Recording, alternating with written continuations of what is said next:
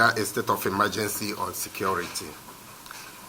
Gentlemen of the press, ladies and gentlemen, the Nigerian Supreme Council of Islamic Affairs, under the leadership of the President General and Sultan of Sokoto, His Eminence, Alhaji Saad Abubakar MNI, CFR, is appalled and horrified by the state of insecurity in Nigeria. These days, hardly does a day pass without some heart-rending news about kidnapping, armed robbery, violent attacks on and savage ritual killings of innocent Nigerians. The level of insecurity in the country has reached an unacceptable crescendo that declaring a state of emergency on it appears not only necessary, but also pressing. Therefore, the Council stridently calls on the federal government and all its agencies, including the military, to use whatever means possible to arrest this descent into anarchy. Nigeria cannot just continue like this, with the blood of the innocent being shed unjustly and human security being at its lowest ebb.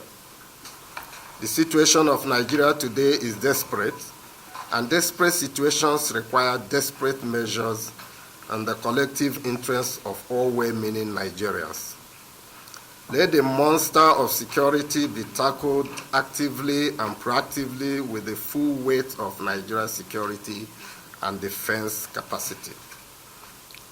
The argument in some quarters that some forces are meant for external security is shallow in a situation in which we find ourselves, since no external security can be meaningful when there is no internal security. In fact, in the face of persistent threats to internal security, those who are assigned the role of guaranteeing external security should not wait until there is no nation to secure before they render the required support and take necessary action. The time to arrest the insecurity in the land is now, and we repeat our call to President Muhammad Buhari to combat the current spike in insecurity with candid decisiveness. It is rather discomforting and heart-rending that some misguided elements in our country have resorted to the dangerous game of playing politics with security. Political mercenaries and religious combatants, united by rapacious greed and chronic hatred, have occupied the public space with putrid writings and toxic speeches. For the sake of fleeting popularity and Twitter trending, some public figures with ulterior motives offer themselves as willing tools in the hands of disgruntled politicians to play politics with insecurity without remembering that when the fire they are stoking becomes an uncontrollable conflagration, there will be nowhere for them to play their politics, as the nation would have been consumed. It is a failure of education that people guided by ambition cannot see the big picture and danger inherent in their actions. In essence, rather than see the monstrosity that insecurity has become as a national challenge that requires collective action, agents of destabilization seek to score cheap political goals and engage in self-indicting propaganda. One of them is the recent organized street show by some religious leaders who give political coloration to grinding insecurity fueled by hypocrisy and hubris. But efforts must be doubled through the instrumentality of hard work and prayers so that the enemies of Nigeria will be unveiled, and this is where government must double or triple its efforts at counter-insecurity measures. We want to state in an unequivocal terms, and for the opportune time, that Boko Haram does not represent Islam or Muslims. The group and the enemies of Islam hiding behind its mask are pursuing a rogue, venal, and doggy agenda far removed from Islam. It is therefore the height of insincerity, wickedness, falsehood, and hypocrisy to suggest that Boko Haram is a ploy to eliminate Christians. A dummy being promoted by some dealers camouflaging as religious leaders to their followers and the outside world. It is incontrovertible that more Muslims, including imams, have been slaughtered, displaced, and dismembered than Christians since Boko Haram became what it is, a hydra-headed monster. Indeed, more mosques have been bombed or destroyed in the bloody campaign, which had consumed precious lives, including those of our professors. To suggest that Christians are being killed because they refuse to embrace Islam stands logic on the head. Were Muslim scholars and individuals killed in mosques, market squares, and villages killed because they refused to renounce Islam?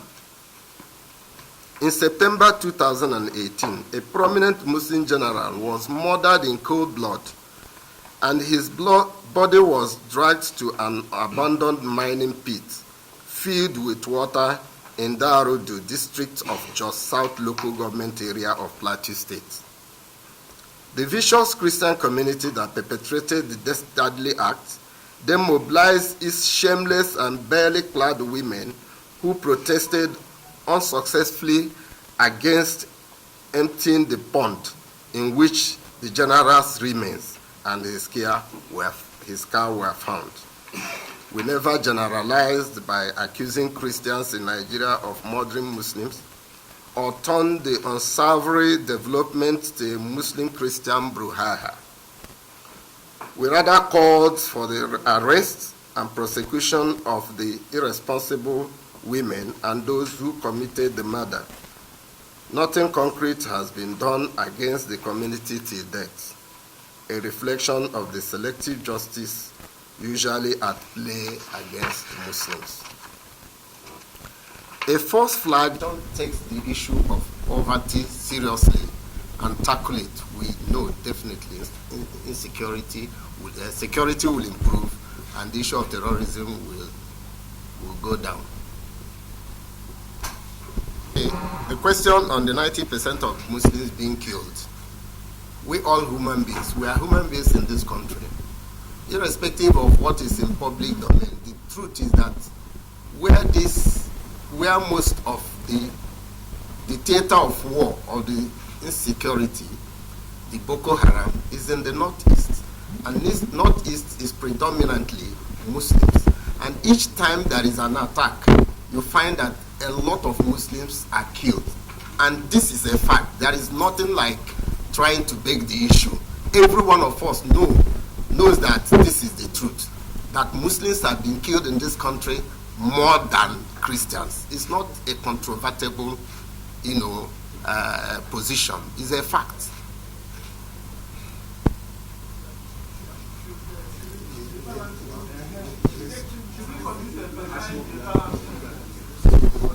That's a question. It's a different question. I'm coming to it.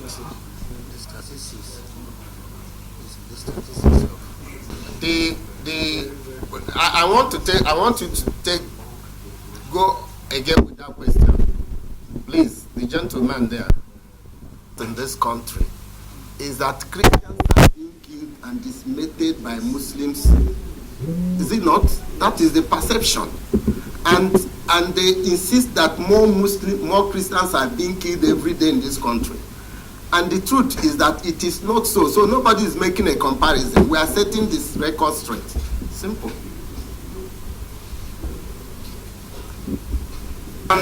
Between Muslims, that is Supreme Council, and the first president.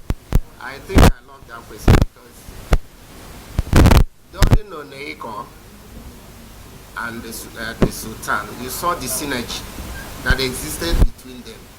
But when Orisha Jafo came, he took a different line altogether. And that line he took till today has remained.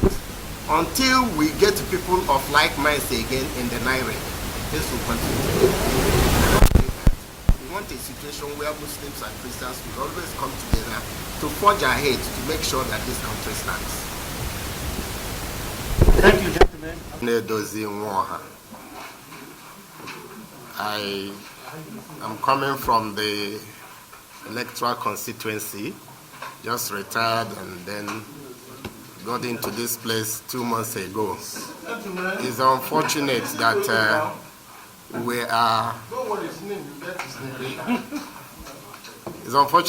are meeting just now. I had some arrangement to see you in your various places before now, but I don't think it is too late.